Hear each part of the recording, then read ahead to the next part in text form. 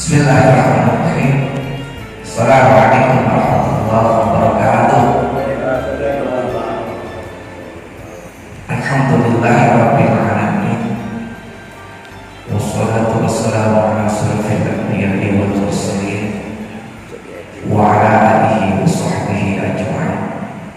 Allahumma shalli ala sayyidina wa habibina wa syafi'ina wa qurrati a'yunina wa maulana Muhammad. Allahumma antas salam wa minkas salam wa alayka ya Abdus salam. Hayya rabbana bis salam wa hayya jannata was salam. Baraka rabbana wa ta'ala ila zalzalati wal ikram. Qala rabbi shrah li sadri wa yassir li amri wahlul 'uqdatam min lisani yafqahu qawli. Qala Allah ta'ala fi kitabil karim. Bismillahirrahmanirrahim.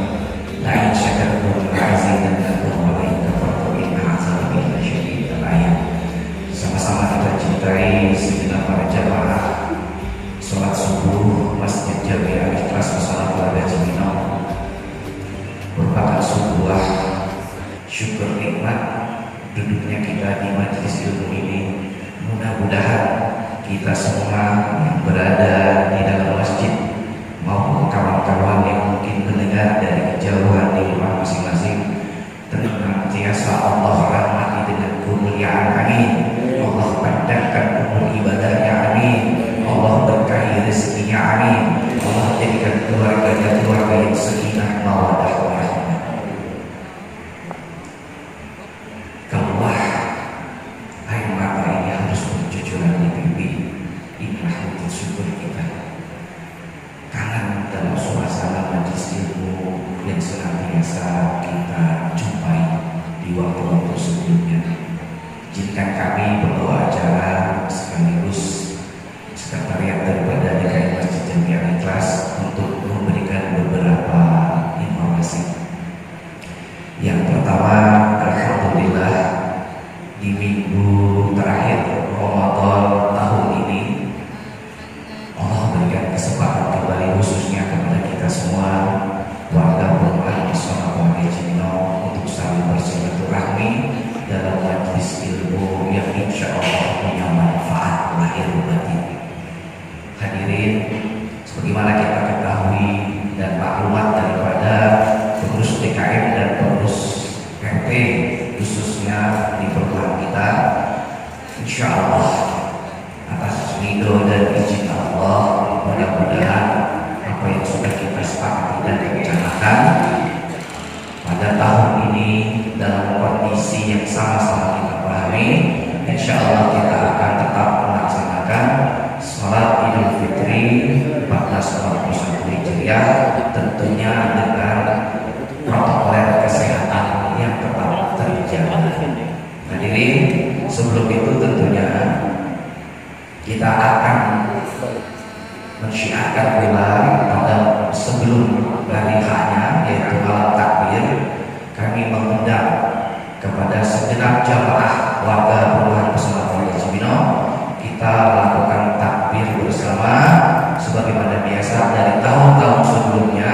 Kita ada kegiatan ba'da isya, yaitu zikir tahlil, dilanjutkan dengan silaturahmi ramah-ramah sambil kita melaksanakan takbiran bersama.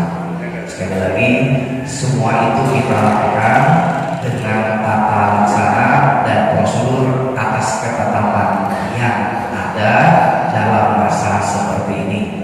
Untuk itu, kepada Ustaz Hasan, alhamdulillah Ahina Abang Arifin juga banyak membantu kita. Nanti mulai sanitizer, cairan disinfektan dan seterusnya atas kelengkapan masjid, karena insya Allah dalam waktu seminggu terakhir Ramadan ini mudah-mudahan Allah kuatkan langkah daripada jamaah berbondong-bondong menuju masjid dengan catatan prosedur dan ketetapan daripada protokol kesehatan tetap terjaga.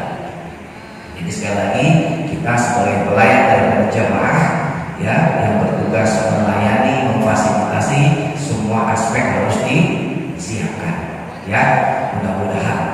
ridho atas apa yang menjadi ijtihad kita semalam. Hadirin, sebelum guru kita Ustaz Bapak Ahmad yang memberikan kajian pada subuh kali ini, sekali lagi urus DKM pada pengajian nanti jangan pulang dulu nih yang ada di Jawa, karena kita akan diskusi teknis, ya, akan diskusi teknis terkait tata laksana kegiatan yang akan kita lakukan minggu besok, yaitu mulai malam takbir termasuk dengan sholat Idul Fitrinya. Sudah agak berlangsung positioning daripada area tempat sholatnya. Semalam sudah agak runcing, nanti kita tajamin lagi. Hadirin dan hadirat, tentunya para jamaah yang ada di masjid maupun di rumah, sekali lagi karena memang suara ini baru kembali mulai, izinkan kami mengaturkan ribuan terima kasih kepada seluruh jamaah dan warga perumahan Pesona Plaza Cibinong yang sampai dengan semalam infak dengan metode gentreng sudah berkisar 42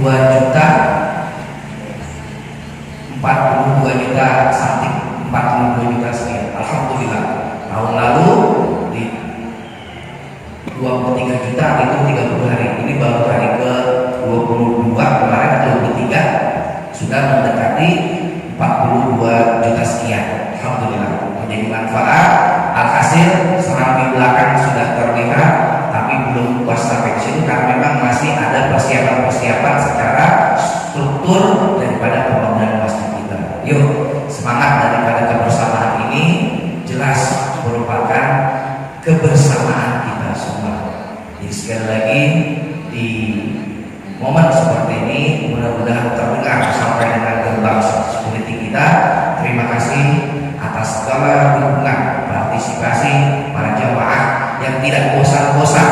Petugas kami tadi kami sebutkan Akina Abang Arifin, Ustaz Hasan Zamzami, enggak bosan-bosannya waktunya buat keluarga disisihkan buat kepentingan masjid. Mudah-mudahan kedua orang tersebut, Bang Arifin, Ustaz Hasan, senantiasa Allah sehatkan badannya, Allah angkat rezekinya, Allah berikan kemudahan dalam segala usaha dan berusaha. Ya Allah, betapa indahnya kita bisa bertemu kali ini. Mudah-mudahan Allah dan pelihara terus berkelanjutan sampai dengan anak cucu kita.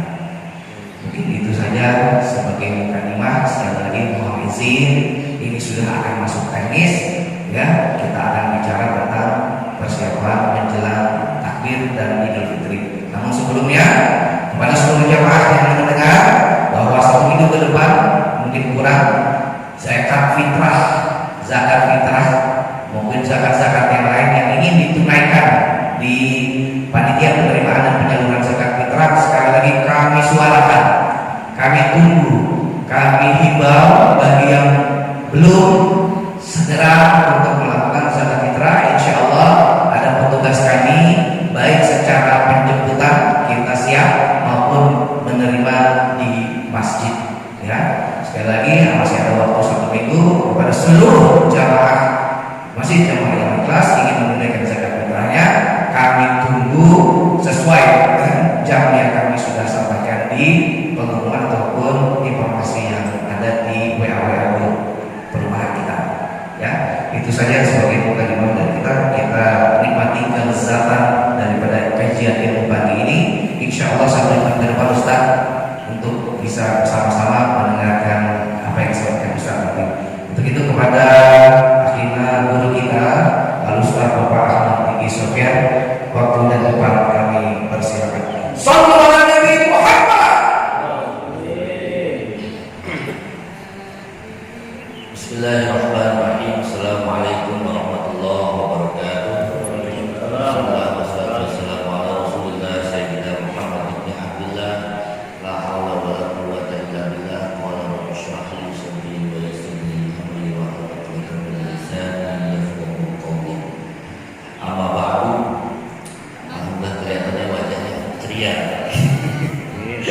agak segar karena habis makan dengan bersyukur habis makan juga mandi habis makan mandi habis mandi segar, kemudian juga dapat kabar baik bahwa alhamdulillah wilayah kita, kecamatan kita, desa kelurahan kita yang tadinya sudah zona merah hari ini mulai diganti warnanya menjadi hijau.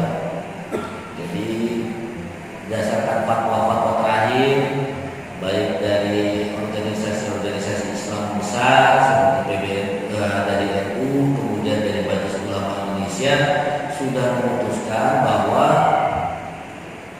jika dianggap klaster itu aman, terpercaya, terkendali di dalam zona yang warna hijau, maka kegiatan peribadatan di masjid boleh kembali dilakukan dengan tetap mengindahkan protokol kesehatan.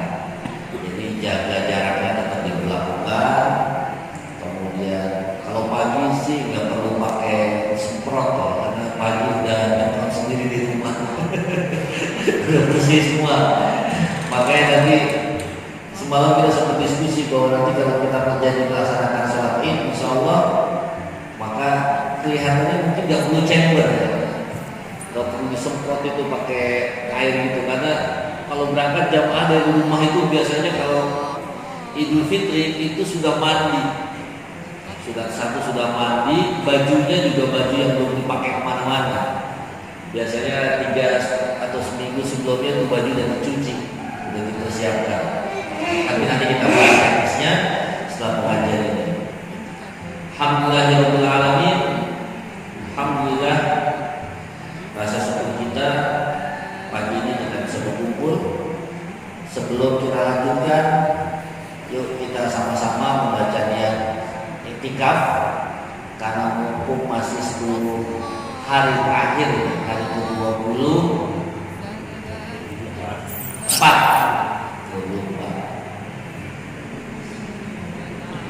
Jadi insya Allah berarti minggu depan ya, minggu hari Ahad minggu depan kita jatuh tanggal 1 Syawal. Kita membaca niat iktikaf agar majelis zikir kita pada malam hari ini, pada pagi hari ini diberkahi oleh Allah dan dihitung sebagai pahala iktikaf. Bismillahirrahmanirrahim. Nawaitu an a'takifa fi hadzal masjid sunnatan lillahi ta'ala. Aku niat beriktikaf di masjid ini melaksanakan ibadah sunnah semata-mata karena Allah Ta'ala. Selama umur kita masih bertahan, selama kita belum keluar masjid, maka pahalanya ngalir terus insyaallah.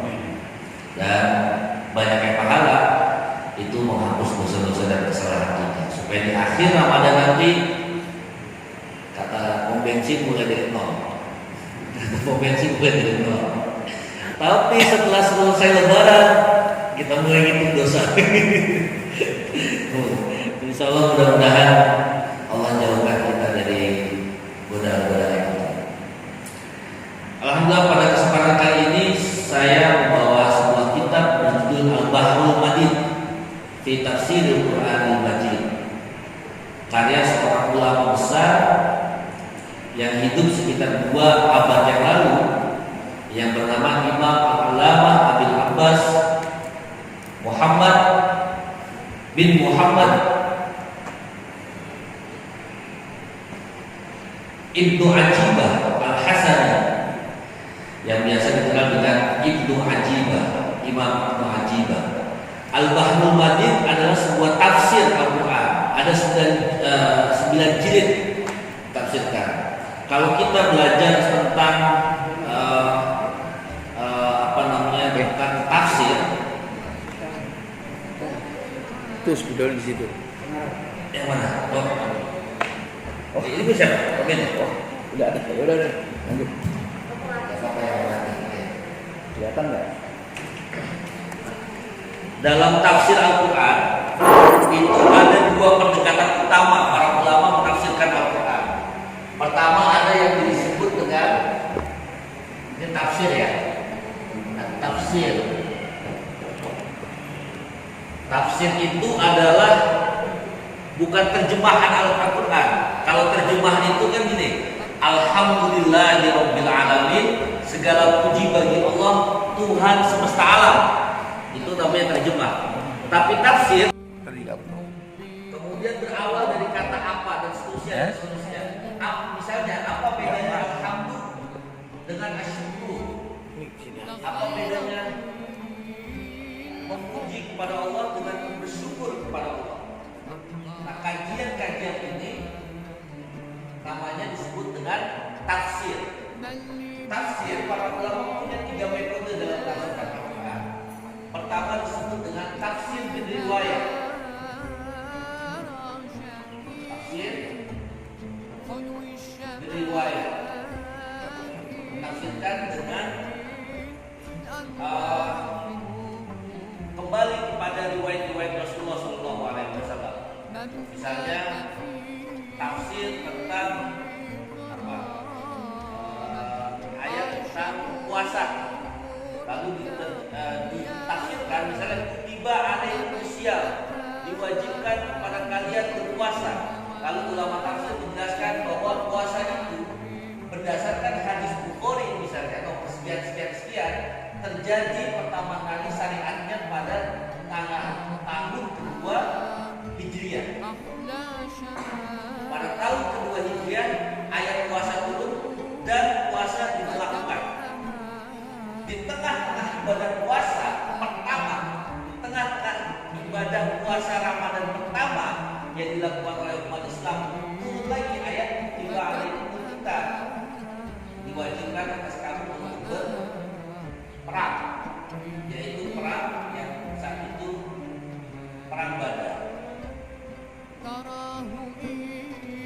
Jadi Rasulullah itu dan umat Islam generasi awal, perang Badar itu perang pertama kali melawan orang-orang musyrik itu terjadi di bulan puasa pertama kali.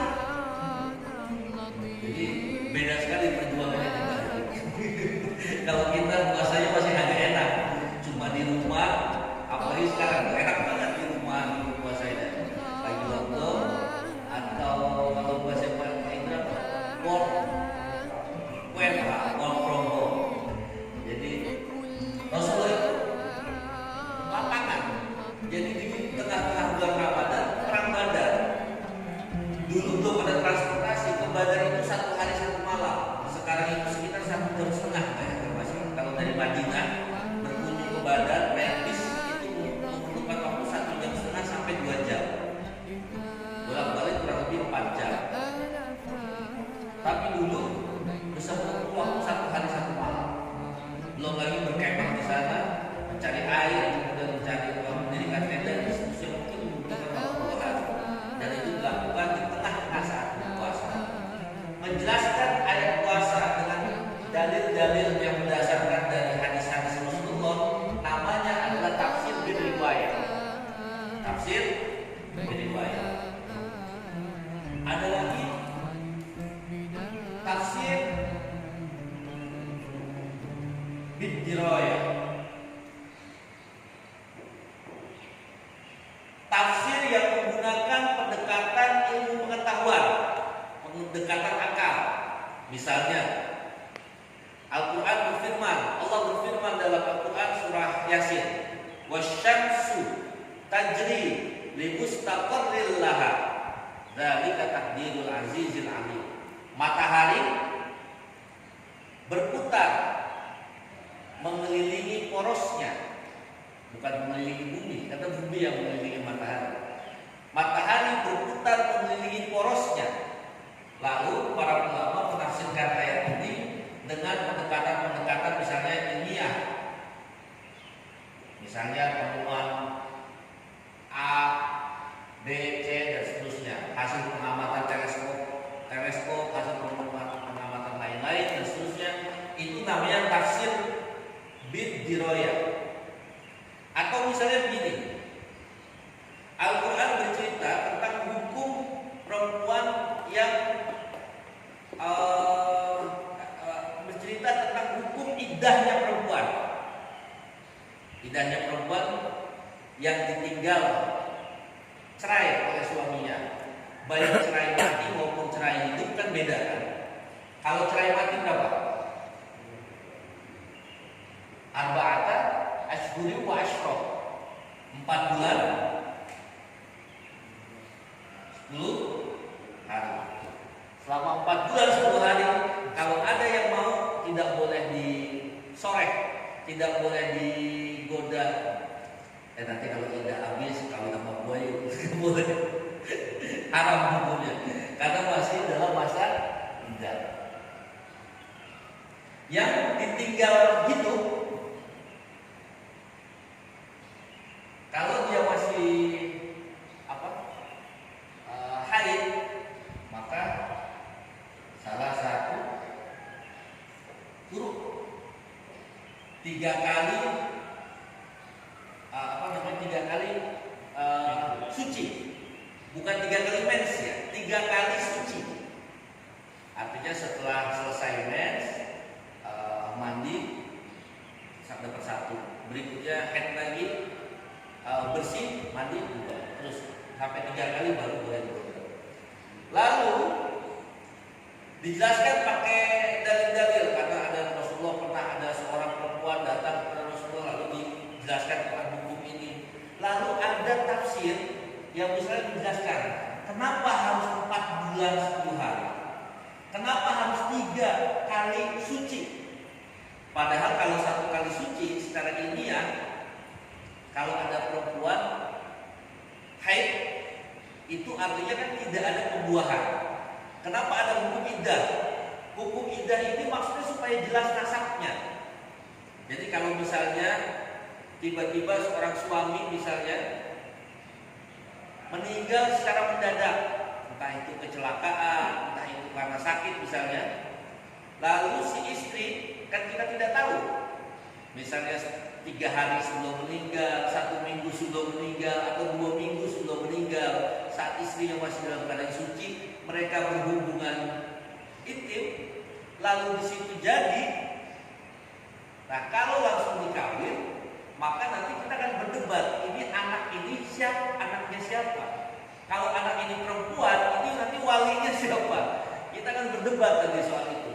Apakah ini anak bawaan dari suami sebelumnya yang ada dalam perut, atau ini hasil investasi suami baru. Makanya untuk menghindari itu diberlakukan dalam Islam yang namanya hukum iddah bagi perempuan. Jadi sabar menunggu. Iddah teorinya secara ilmiah, kalau ketika setelah melakukan hubungan lalu di akhir bulan haid, maka jadi atau enggak? Maka secara ilmiah kan udah sel telurnya itu yang sudah dibuahi di sel telur itu luruh lagi menjadi darah haid. Harusnya sekali saja boleh. Kenapa bukan memerintahkan 3? Lalu diteliti dan macam-macam. Pada zaman kedokteran sekarang, ternyata 3 bulan ini untuk menghilangkan jejak,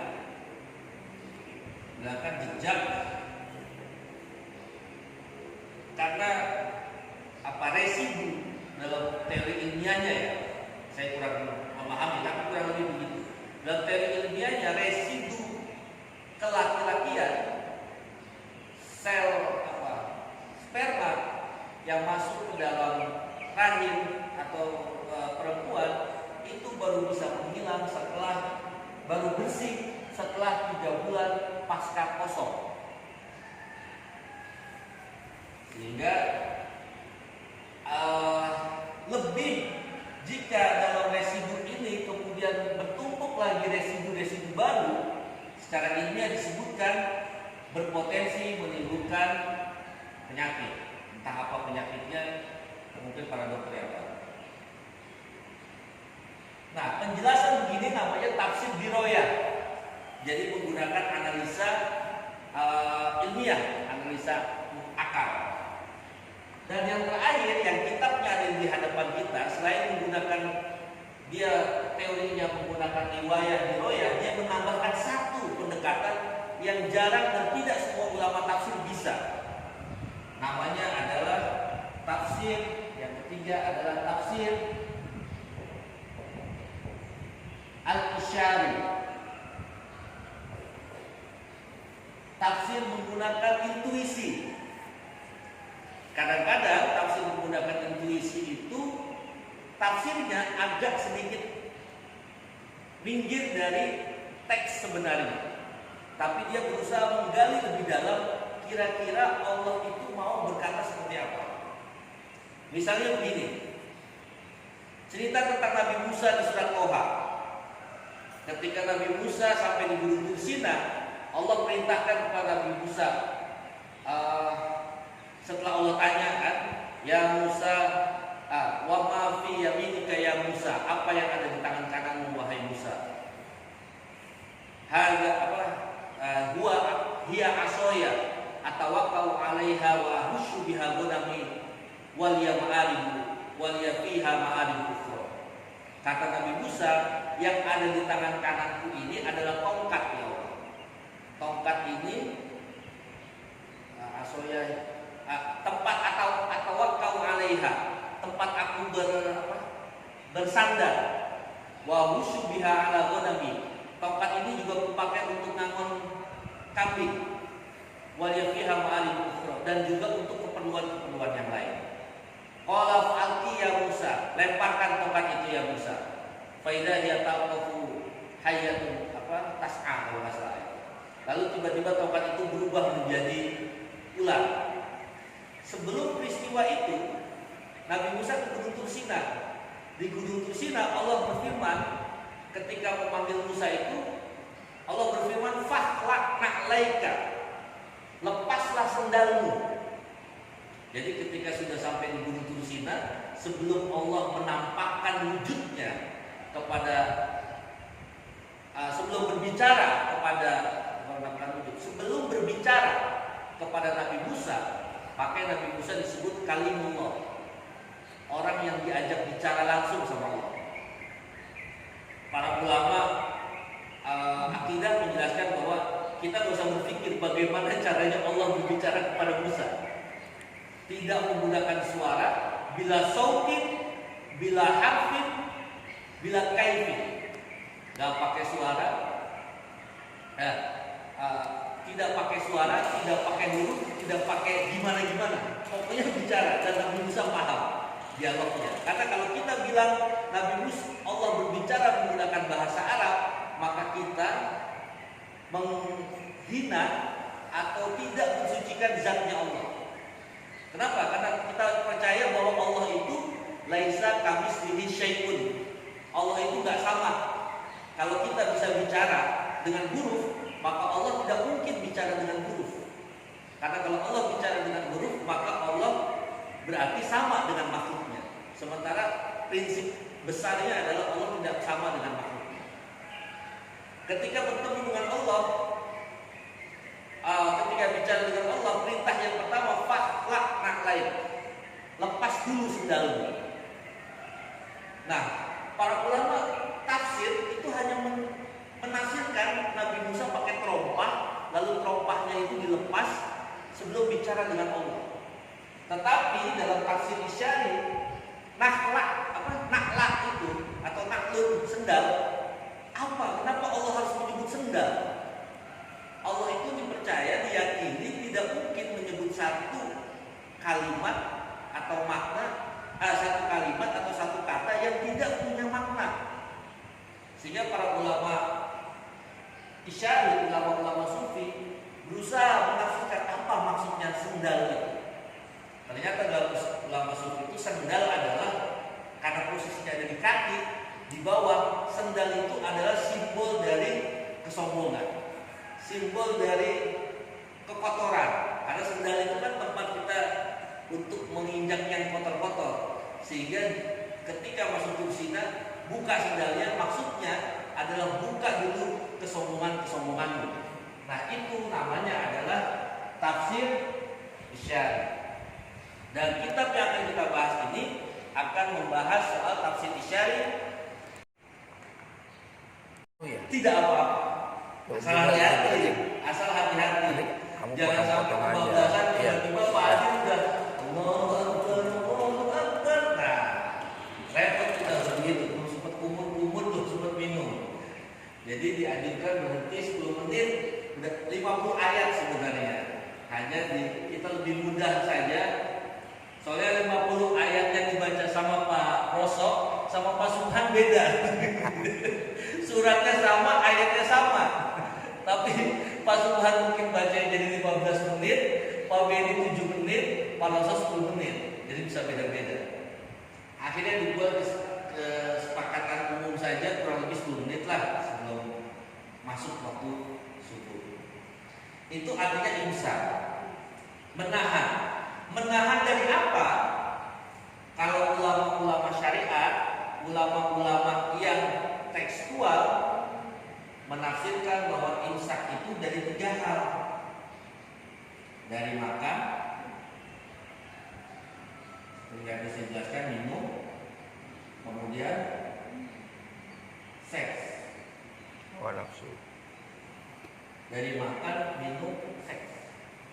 Sudah 3 ini kita lalui, maka kita disebut sudah melakukan siam atau puasa. Bohong, gak apa-apa. Kalau cuma sekedar puasa, bohong itu bukan bagian dari yang membatalkan puasa. Yang makan, minum, seks, atau ulama menjelaskan makan minum ini dengan bahasa memasukkan sesuatu ke dalam tubuh dan mengeluarkannya secara sengaja. Bahkan secara sengaja. Itu yang lebih sederhana. Memasukkan sesuatu ke dalam tubuh dan mengeluarkannya secara sengaja itu adalah pantangan atau larangan berpuasa. Sehingga kemudian ada perdebatan nanti para ulama, apakah yang dikeluarkan dengan cara yang tidak wajar, bukan lewat jalur yang memang harus keluar, itu membatalkan puasa atau tidak. Contohnya apa? Donor darah atau bekam. Apakah donor darah itu kan mengeluarkan sesuatu dari dalam tubuh, membatalkan puasa atau tidak? Apakah memasukkan sesuatu dalam tubuh di luar dari jalur yang umum? Jalur umum itu apa? Mulut. Jalur tidak umum suntik, infus, membatalkan puasa atau tidak? Itu kemudian jadi perdebatan. Banyak yang mengatakan juga bahwa tidak boleh karena itu sama dengan memasukkan sesuatu ke dalam tubuh. Ada yang mengatakan itu boleh karena dimasukkan dan dikeluarkan bukan dari jalur yang dimaksud atau yang biasa, misalnya jalur, atau mengeluarkan dengan cara sengaja, mengeluarkan semprotan itu. Nah itu juga membatalkan. Kalau tidur bangun tiba-tiba mimpi gitu, sudah basah sarungnya, nggak apa-apa, melanjutkan puasa. Itu namanya dapat rezeki. Puasa-puasa bisa mimpi begitu. Jadi menurut para ulama, nah menurut para ulama tasawuf, ulama sufi, puasa itu apa?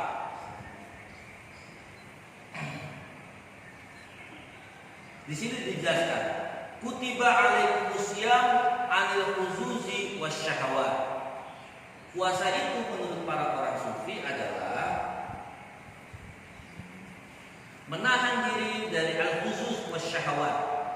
Khuzuz itu kesenangan-kesenangan material, apa kesenangan-kesenangan duniawi.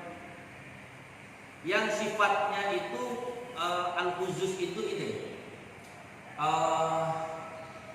Sifatnya kesenangan-kesenangan yang bersifat materi, keduniaan, al-khuzuz.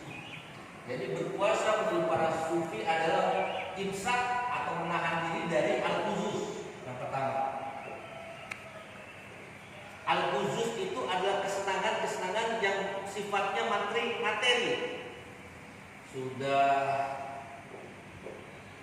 punya kendaraan, pengen lagi menambah kendaraan, itu disebut namanya al-khuzuz. Kemudian lawan temannya adalah asyahawat. Kalau asyahawat itu adalah kesenangan-kesenangan yang sifatnya itu seksualitas. seksualitas. Manusia itu kan sifatnya kalau makan kan kesenangan materi, kebutuhan materi. Kalau syahwat itu dorongan-dorongan yang sifatnya seksualitas. Ini agak berat memang.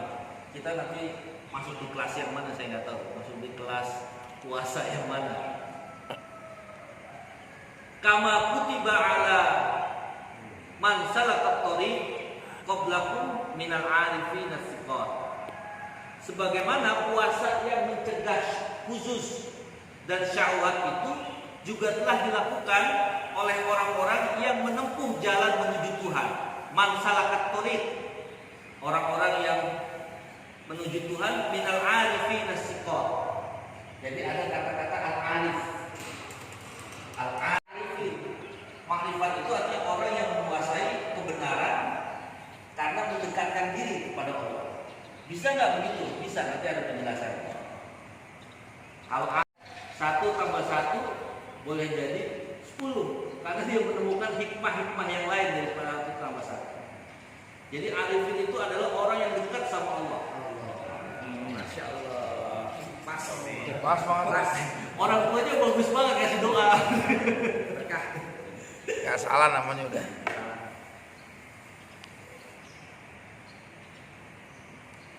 Fi ayyamil mujahadati wa riyadhah. Dan semua ini al-khusus, mencegah al-khusus dan asyahawat ini hatta tanazzalu bisrahat hadratahu. Penuh ya memorinya. Hatta tanazzalu Mati mulu. bis Memorinya. Jadi dia janjinya menurut para ulama. Maka nanti kita ini teori sufi ya. Maka nanti kita akan Memorinya sampai di tambahin. namanya Iya pengen beli kartu. bisa Cuma kata sah saya tambahin nggak tahu ada yang jual atau al-kasyaf. tambahin nanti enggak ada memori. Kita akan sampai di sebuah ruang lapang atau lapangan yang penuh dengan persaksian Tuhan. Artinya apa? Mendekatkan diri kepada Tuhan itu dan kepada Allah itu tidak cukup hanya dengan teori menurut para ulama sufi. Cara kita mendekatkan diri kepada Allah ini dengan puasa, yaitu dengan puasa apa? Dengan puasa menahan maunya kita sendiri. Bahkan mau yang kita anggap boleh jadi seakan-akan benar. Misalnya kayak kemarin itu banyak orang merasa bahwa menurut referensi dia, kita lihat di medsos banyak video-video itu ada orang ngamuk-ngamuk di masjid, kemudian dia bilang dia teriakin apa, Ustadz apa bahasanya, Ustadz mati aja Ustadz, gak ada yang mau tanggung jawab sama umat gara-garanya sudah kumpul Jumatan, tapi tidak ada yang mau jadi khotib, tidak ada ustadz yang datang, tidak ada kiai yang datang. Itu kalau nggak salah di daerah Kemang. Saya ada videonya. Nah itu kan boleh jadi kesannya itu benar, gitu. Dia ingin berjamaah, dia ingin melangsungkan kegiatan peribadatan sebagaimana biasa. Tetapi boleh jadi itu sebuah perbuatan yang salah dalam situasi yang seperti kemarin dan sekarang ini, situasi penuh wabah seperti ini. Jadi itu bagian dari hal-hal yang harus dicegah, keinginan-keinginan itu. Keinginan itu nanti dijelaskan di sini. Kadang-kadang itu dia bermanipulasi dengan seakan-akan benar. Sedekahnya tambahin, sedekahnya tambahin. Tapi kemudian dalam hatinya sedekah tambahan, sedekah ini untuk kepentingan yang lain. Gitu. Atau yang paling sering misalnya sholat tuh Mbak. Lagi teriak Allahu Akbar. Apalagi zaman-zaman dulu lagi masih bujang, kalau lagi main ke rumah calon mertua kan gitu. Maunya Allahu Akbar. Selalu mau jadi imam. Walaupun imam zuhur sama asar ya. Alhamdulillah Mbak, karena kemarin tuh masjid ada imam khusus zuhur, imam khusus asar. Kalau Pak Eko udah jadi imam jahat, imam maghrib dan isya. Nanti semuanya kita mudah-mudahan jamaah kita bisa jadi imam maghrib sama isya dan subuh, tidak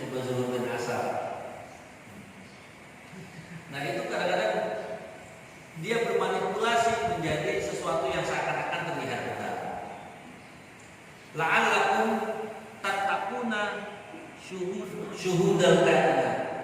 Semoga kalian semua bertakwa kepada Allah syuhudal kainat.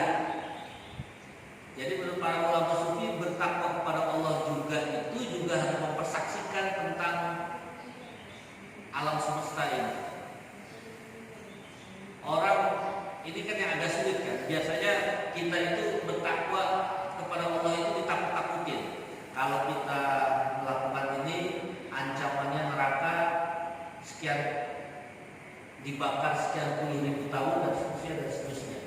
Tapi para ulama sufi, dia yakin kepada Allah, takwanya mengikat kepada Allah dengan menyaksikan fenomena alam ini. Virus corona saja misalnya, itu menandakan kita tuh lemah sekali gitu. Peradaban yang kata kita ini sudah digital, milenial, modern, cuma dengan virus yang tidak terlihat oleh mata telanjang, kolaps. Dan saya lihat bukan hanya pemimpin-pemimpin negara kita saja. Kalau kita lihat CNBC dan lain-lain, semua pemimpin di dunia tuh persis kayak pemimpin-pemimpin kita. Gagap. Hari ini bilang ini, sore ini. Maka Presiden AS ini juga kayak orang kebingungan menghadapi virus ini. Artinya apa? Peradaban yang kita banggakan itu peradaban modern, peradaban maju, peradaban kuat dan seterusnya, goyang ketemu sama virus ini yang gak kelihatan sama mata. Nah, bagi orang sufi, fenomena ini saja menimbulkan ketakwaan kepada Allah. Dan ternyata kita ini kecil sekali. Ternyata kita ini lemah sekali. Rasulullah itu pernah ada sahabat menjelaskan, ya Rasulullah, virus ini, dijelaskan secara ilmiah. Waktu itu kasusnya unta yang banyak kematian hewan ternak unta. Lalu ada sahabat menjelaskan, ini karena tertular dari unta yang ini dan seterusnya. Rasulullah tidak menjawab dengan cara ilmiah, tapi Rasulullah justru menanya kepada dia, lalu siapa yang menulari unta yang pertama? Kan dia bilang unta si ini kena tertular unta si anu kena sama si itu kena sama si ini. Dan ceritakan secara ilmiah, Rasulullah cuma nanya, terus unta yang paling pertama itu dia kena virus dari siapa? Artinya apa? Orang-orang yang makrifatnya sudah tinggi, orang-orang yang arif, apalagi kelasnya Nabi dan Rasul, melihat fenomena itu dia tidak hanya melihat secara ilmiah, tapi paling ujungnya itu siapa? Tentu saja ada Allah di situ, ada takdir Allah. Sehingga kita nggak boleh mengatakan semata-mata hanya menceritakan ini secara nalar ilmiah bahwa ini akibat ini itu dan segala macam. Ini ada rahasia besarnya yang Allah ungkapkan. Mungkin juga Allah ingin membersihkan bumi, karena terakhir saya baca sekitar 1 bulan yang lalu, kualitas udara di Jakarta itu lebih bersih daripada Melbourne, Australia. Gara-gara orang pada semua. Gara-gara yang tadinya kita nomor urut 40 berapa itu, 46 atau berapa itu, tiba-tiba cuma nomor urut di bawah 10 dengan kualitas udara terbersih mengalahkan Melbourne, Australia. Kita nggak tahu rahasia apa yang Allah. Wa yukshafu lakum an asrariz zat. Kalau sudah begitu, maka Allah akan membuka kepada kita rahasia Allah itu sendiri. Yaitu tadi yang saya ceritakan. Kalau kita sudah bisa menahan dalam ibadah puasa ini, tidak hanya puasa makan, minum dan melakukan hubungan seksual tadi, maka kita akan dibukakan cahaya atau jalan menuju arif itu, menuju pengetahuan kepada Allah. Faman kana fi ma salafa min ayyami umrihi maridun bi hubbil hawa. Barang siapa orang yang sudah melalui hari-harinya dengan sakit, ayatnya kan bilang begini, faman kana maridun, orang yang boleh berpuasa itu yang sakit. Kalau ulama sufi mengatakan orang yang sakit itu adalah bihubbil hawa. Orang yang cinta terhadap hawa nafsu, yang mengejar hawa nafsunya, yang memperjuangkan agar hawa nafsunya itu bisa terwujud, hawa nafsu yang melanggar tentunya ya, yang melanggar syariat, maka dia kategorinya masuk maridun, sakit. Yang dimaksud maridun dalam ayat ini, orang yang sakit itu adalah orang yang, artinya orang yang sakit adalah orang yang tidak bisa berpuasa. Orang yang tidak bisa berpuasa dengan mengikuti hawa nafsunya itu adalah orang yang sakit. Au ala safarin, atau sedang berpergian fi talabi dunya. Ketika menafsirkan ayat berpergian, kan ada dua yang boleh berbuka itu, orang sakit, orang lagi musafir. Salah satunya, yang sakit itu dimaknai oleh orang sufi sebagai orang yang selalu mengejar-ngejar kepentingan hawa nafsunya. Yang sedang berpergian itu adalah orang yang kerjaannya cuma mikirin dunia saja, lupa mikirin akhirat. Ya nggak salah mikirin dunia karena memang kita hidupnya di dunia, tapi kita memikirkan dunia ini hanya untuk bekal menuju akhirat. Imam Al-Ghazali dalam Ihya itu menjelaskan manusia itu ibarat sedang berlayar, Imam Al-Ghazali, dalam sebuah safinah, dalam sebuah perahu menuju sebuah negeri yang namanya Darul Akhirat, sebuah pulau yang namanya Darul Akhirat. Di tengah-tengah antara negeri dalam pelayaran itu sebelum mencapai Darul Akhirat itu ada pulau yang sangat indah, namanya Pulau Darul Dunia. Pilihannya orang-orang lalu turun tuh transit di situ.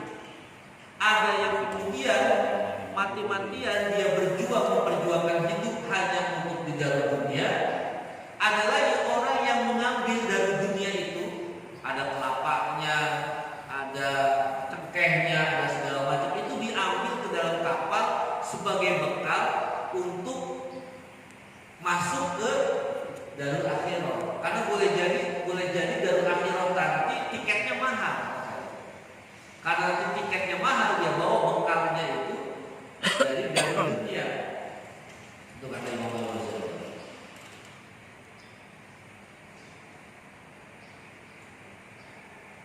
Orang-orang yang meninggalkan dunia, orang-orang yang sakit karena cinta terhadap hawa, dan orang-orang yang berpergian karena terlalu sibuk mencari urusan dunia, falyubadir ila talafi ma dha'a fi ayyamin ukhra.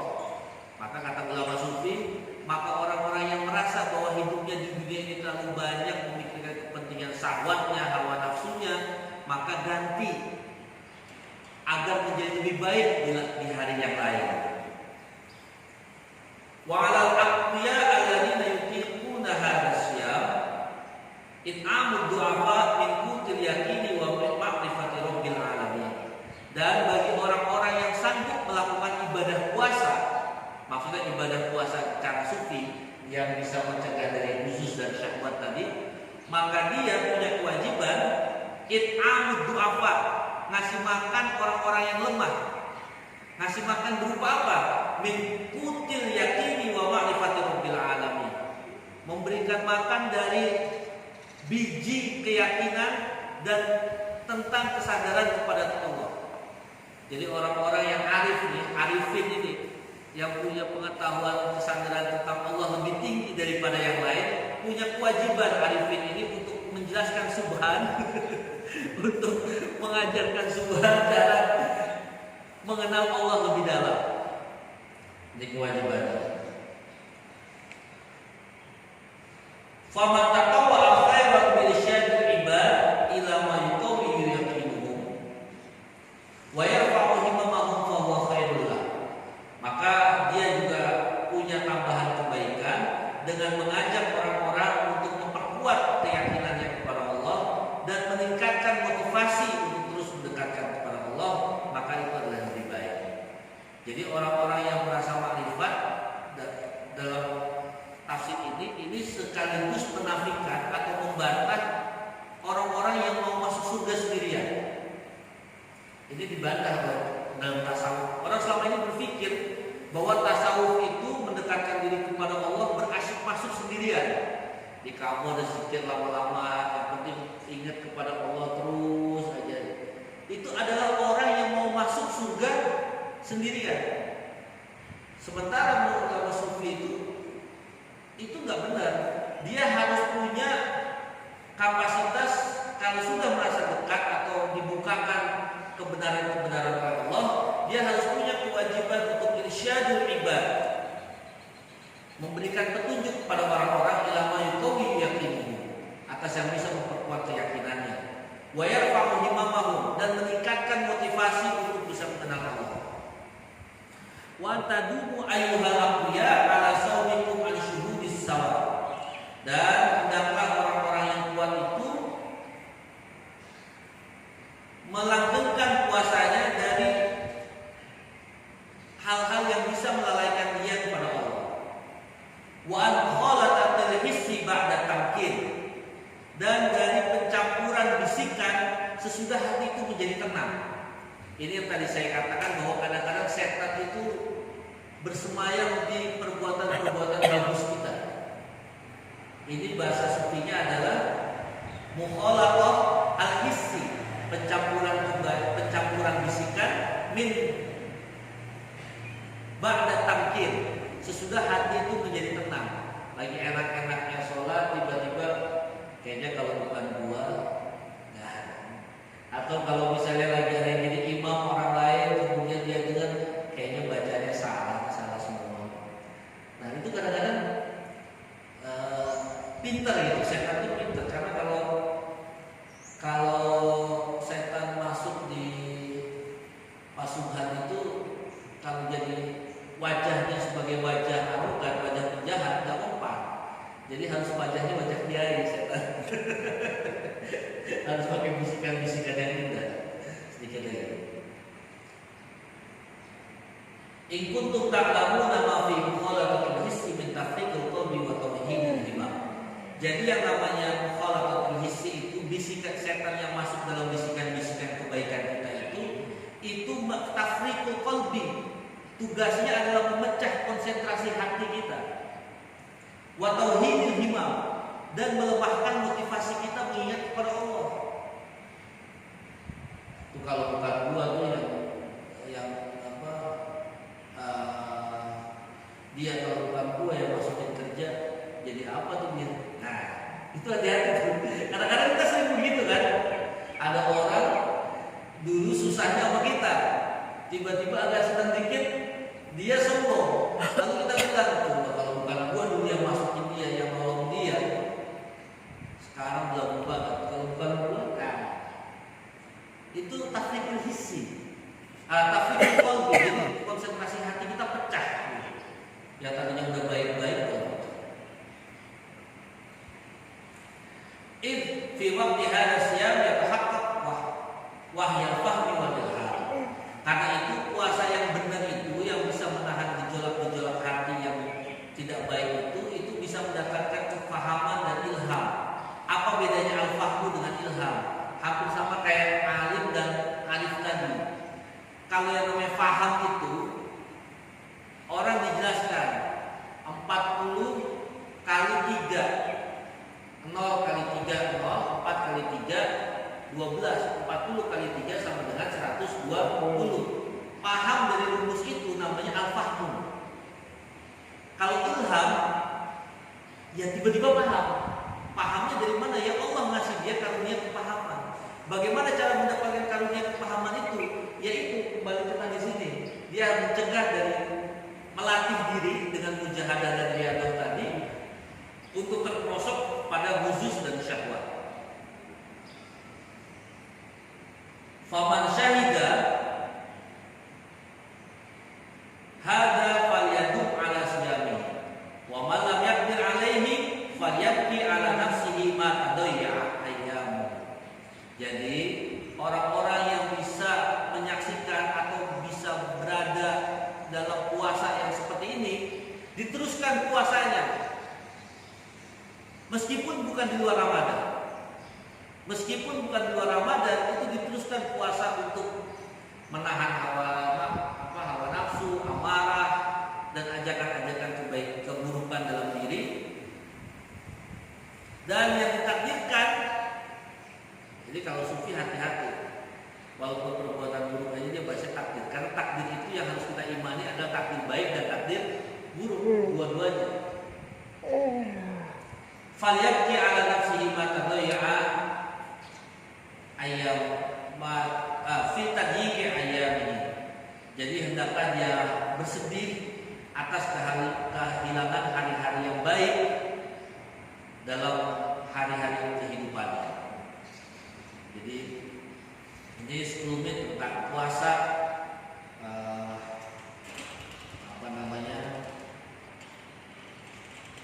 yang dilakoni oleh para ahli sufi. Mudah-mudahan kita bisa agak sedikit naik kelas puasanya, tidak cuma puasa makan minum dan hanya bulan Ramadan. Mudah-mudahan puasa-puasa yang berat ini yang bersifatnya mujahadah dan riyadhah itu bisa kita lalui di bulan-bulan selain Ramadan, sehingga insya Allah kalau semua orang bisa begitu, kita semua bisa begitu, insya Allah baik orang baiknya, insya Allah dunia akan lebih aman. Terima kasih. Mungkin ada diskusi dan segala macam saudara-saudara. Mungkin ada yang mau Jadi saya Iya Pak. ini sangat luar biasa. Kita mengenal kata-kata alim. Barangkali perlu juga besok pagi barangkali kita deber aja sampai ini kalau saran saya ini ya. Barangkali kita keliru mendapat bukan salah. Beda antara salah sama keliru. Kalau salah itu kita perboden nabrak salah. Kalau keliru seharusnya di sini kita kalimatnya sama. Itu keliru. Jadi barangkali keliru menempatkan kata misalkan Subhanallah, Masya Allah, barangkali naik ke puncak lihat ke bawah, Subhanallah, padahal kekaguman dari kita, Masya Allah, kan begitu barangkali. Terus saya tanya tadi bisikan setan itu, barangkali ada peranan yang perlu dijelaskan, mungkin bisa dicari kitabnya. Apa peranan jin korin sama kodam itu? Apakah itu pembisik-pembisik juga gitu maksud saya, yang selalu nempel pada kita? Pemahaman saya seperti itu. Kemudian ini tadi pas akhir-akhir Pak Seburan gitu ya. Barangkali dia bagaimana Rasulullah menyikapi itu. Nah gitu. Kalau yang merasa itu kita menutupnya begini. Dan kecilkanlah suara itu. Nah itu ya. Kalau bisa ditahan. Bukan begini. Kalau bisa kita tidak sampai orang lain dengar dong. Dengar gitu. Karena itu ada gangguan. Nah gitu. Dikaitannya sama jin atau setan tadi. Kita tidak sadar itu ada yang nyuruh kita. Ada yang nyuruh. Nah kaitannya sebelum akhir Ramadan barangkali kita bisa mencegah itu. Bukan keliru. Bukan salah. Mungkin keliru.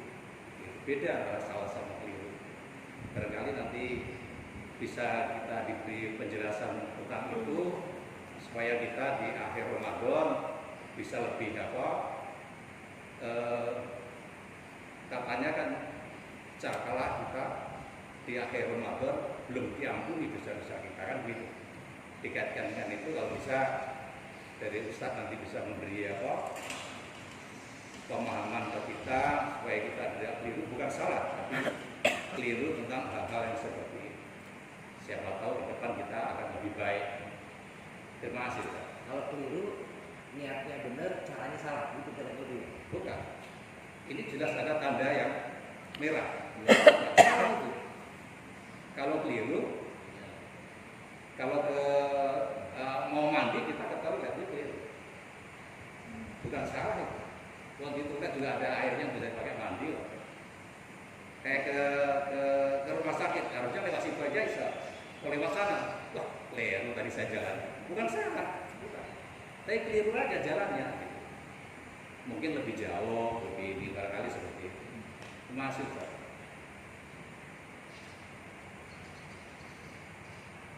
Ya. Iya. Yang lain? Mau dijawab sekarang apa besok? Nanti kesempatan berikutnya. Oke. Nah ini kan kesempatan berikutnya. Besok pagi. Besok pagi ya. Mana lagi?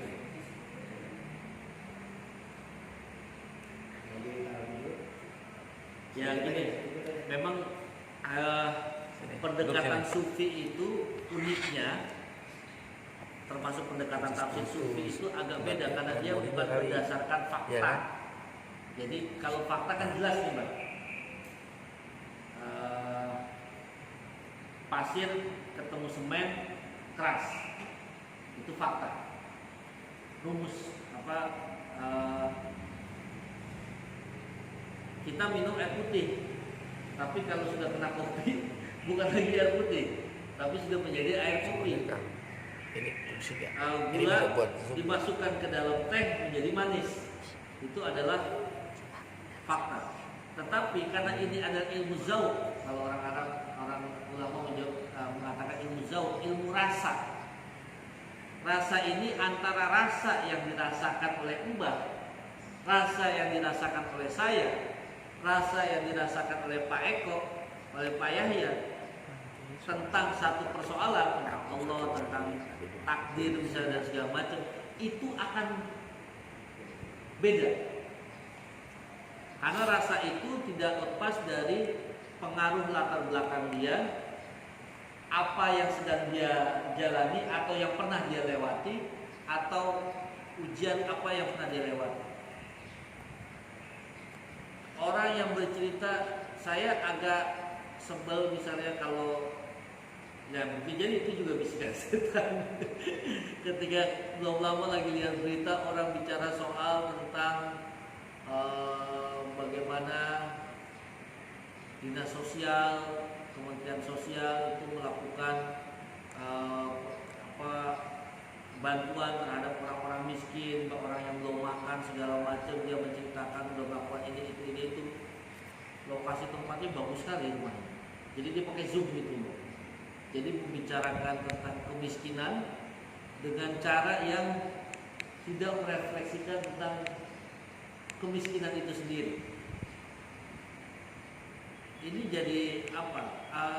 Yaitu saya tadi bilang bahwa karena ini ilmunya ilmu tasawuf itu adalah ilmu zauq, ilmu rasa, maka ilmu rasa itu pendekatannya juga baru kita akan peroleh itu berdasarkan pengalaman.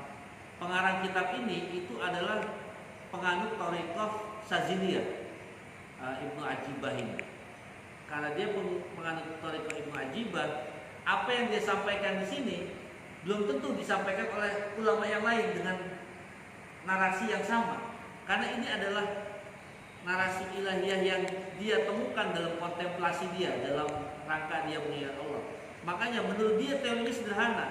Ketika kita sudah, kalau kita lihat dari sini tadi, ketika seseorang itu sudah berhasil menguasai dirinya, maka dia akan dibukakan dengan tanpa repot-repot, tanpa ilmu yang fakta macam-macam itu tentang Allah itu bagaimana, tentang bagaimana bersikap kepada orang lain, bagaimana bersikap kepada alam. Itu kayak semacam sudah mendapat ilham, sudah diarahkan gitu. Caranya bagaimana? Ya membuka pintu, mendekatkan diri kepada Allah. Makanya Rasulullah kan pernah mengatakan bahwa man arafa rabbahu. Ini lagi-lagi pakai kata arif ini, bukan kata alim. Man arafa rabbahu, barang siapa yang berusaha mengenal. Man arafa nafsahu faqad arafa rabbahu. Orang yang mengenal dirinya, ini bukan pakai alim, mengenalnya itu pakai kata arif. Yang mengenal dirinya maka dia telah mengenal Tuhannya. Para ulama sufi mengatakan cara mengenal Allah itu adalah menguasai diri kita. Sekarang orang suka gak ngerasa kalau dia pemarah. Orang suka gak ngerasa kalau dia, ya gue memang gitu. Kalau lagi ini ya gue marah-marah aja. Ya gitu. Itu kan bagian dia tidak mengenal dirinya. Karena dia tidak menguasai dirinya dalam amarah itu. Maka Rasulullah mengatakan cara mengenal Allah pertama kali adalah man arafa nafsahu faqad arafa rabbahu. Kuasai diri kita dulu, baru kita dibukakan pintu untuk mengenal Allah. Para ulama sufi kemudian menafsirkan hadis ini bahwa siapapun yang belum menguasai dirinya, masih suka marah sembarangan, bisa suka berprasangka buruk sembarangan ke orang lain, maka dia sulit untuk bisa mengenal Tuhan secara arif. Kalau mengenal Allah, bahwa Allah itu wujud, qidam, baqa, mukhalafatul hawadisi, qiyamatun binafsihi, wahdaniyat, qudrat, irodah, ilmu, hayat, sama, basar, kalam, muridan, dan seterusnya.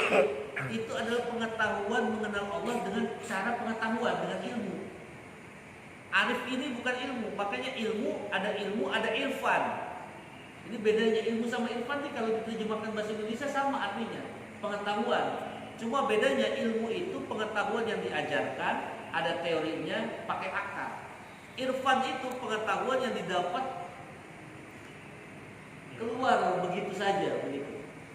Nah ini, dan ini saya kira memang pertanyaan Mbak dan tadi itu kita bisa memahaminya dengan tentu saja melihat tentang diri kita sendiri bagaimana, di mana bisikan setan yang paling kuat yang ada pada diri kita. Karena setiap orang akan beda-beda. Mungkin ada orang yang bisikan setannya kuat di ranah sombong, ada orang yang bisikan setannya kuat di ranah pelit, ada orang yang bisikan setannya kuat di ranah malas, dan seterusnya. Ada orang rajin, bangun pagi segala macam, rajin sekali, tapi dia punya kelemahan di sisi mana. Nah, ketika kita bisa mengetahui kelemahan diri kita itu, disitulah Allah akan bukakan jalan. Menurut para sufi, bukan kata saya, menurut para sufi kita akan dibukakan pintunya untuk irfan kepada Allah, untuk mengenal kepada Allah. Demikian. Ya. Kang Indra, Pak.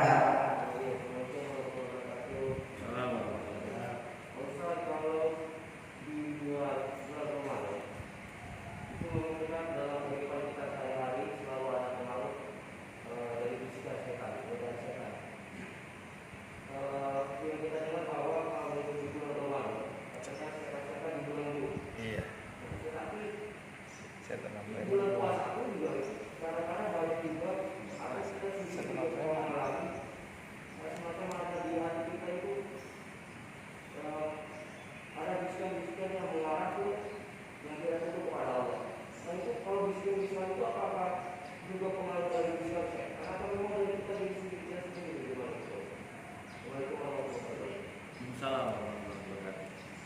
Kalau dalam surat Asy-Syams itu jelas, manusia itu diciptakan dengan dua potensi, fa'alhamaha fujuraha wa taqwaha. Orang punya potensi fujur, punya potensi takwa. Kita itu tugasnya adalah menghidupkan potensi mana yang mau kita aktifkan lebih banyak dalam kehidupan kita sebagai pribadi manusia. Apakah potensi fujur yang mau kita dekatkan, ataukah potensi takwa yang mau kita dekatkan? Kalau potensi takwa itu berarti kita harus membuka jalan kepada Allah. Kalau potensi fujur berarti kita harus membiarkan setan menguasai kita, kan begitu. Jadi disitulah sebenarnya peran manusia, bahwa manusia itu punya peran dalam sehingga Allah itu tidak bisa kita bilang kenapa masuk neraka di hari akhir nanti, Pak, dimasukkan jeblosin ke neraka. Ya Allah, kenapa saya engkau masukkan ke dalam neraka? Kan saya melakukan itu bukan kemauan saya, takdirnya sudah begitu. Setan nyuruh saya. Dia nggak bisa bantu. Karena dalam Al-Quran itu jelas, manusia itu dikasih dua pilihan, mau mengaktifkan sisi takwanya sebelah kanan atau sisi fujurnya sebelah kiri. Bahkan disebutkan Al-Quran, Asy-Syams itu menyebutkan fujur dulu, falhamaha fujuroha wa taqwaha. Sehingga para ulama tafsir mengatakan bahwa berarti dominan alaminya manusia itu adalah kekuatan fujur.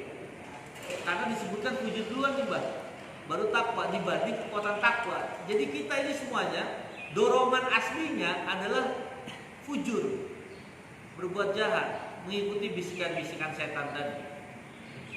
Nah, kalau tadi pertanyaannya apakah itu bisikan setan atau diri kita, ya dua-duanya. Setan memang tugasnya membisiki, tapi kan diri kita dikasih pilihan. Dan disitulah kita memilih. Kalau menggunakan ini, caranya adalah kita mujahadah dan riyadah tadi. berjuang untuk melakukan bersikap benar dan dilatih terus sampai Allah nanti yang kemudian turun sendiri.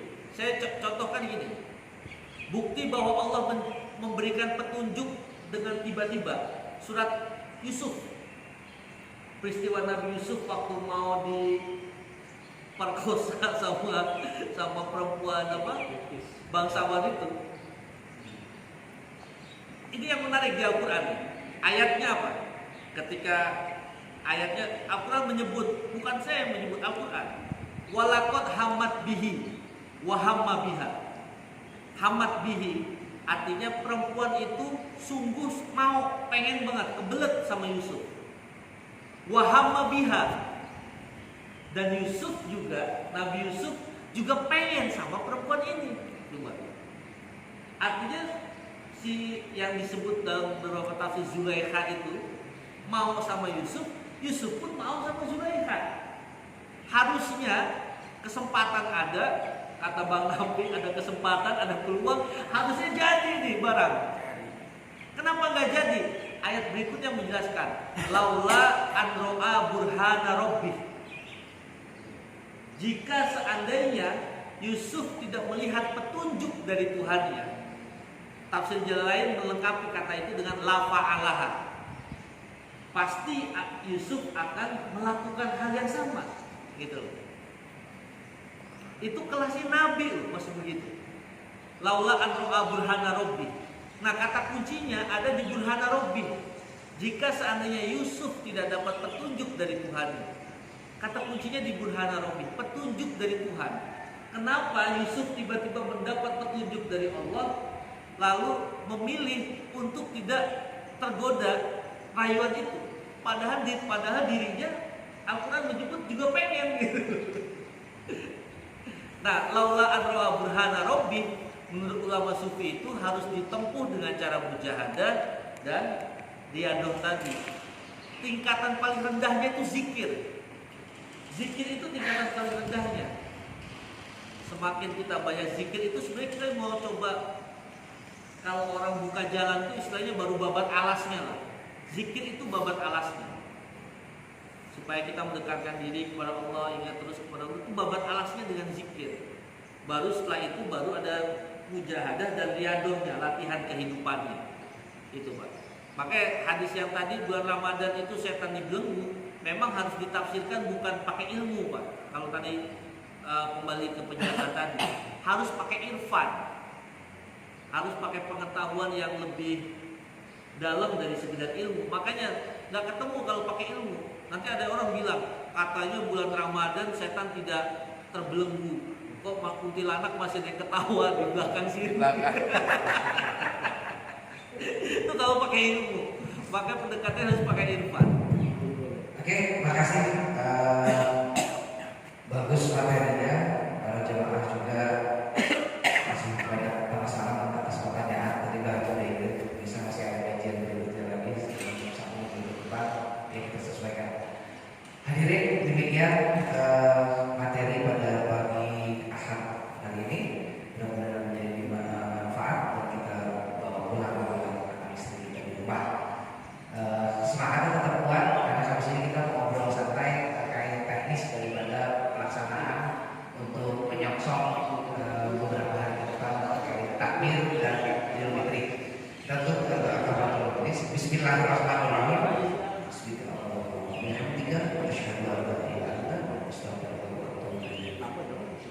Demikian, terima kasih buat kita. Wassalamualaikum warahmatullahi wabarakatuh.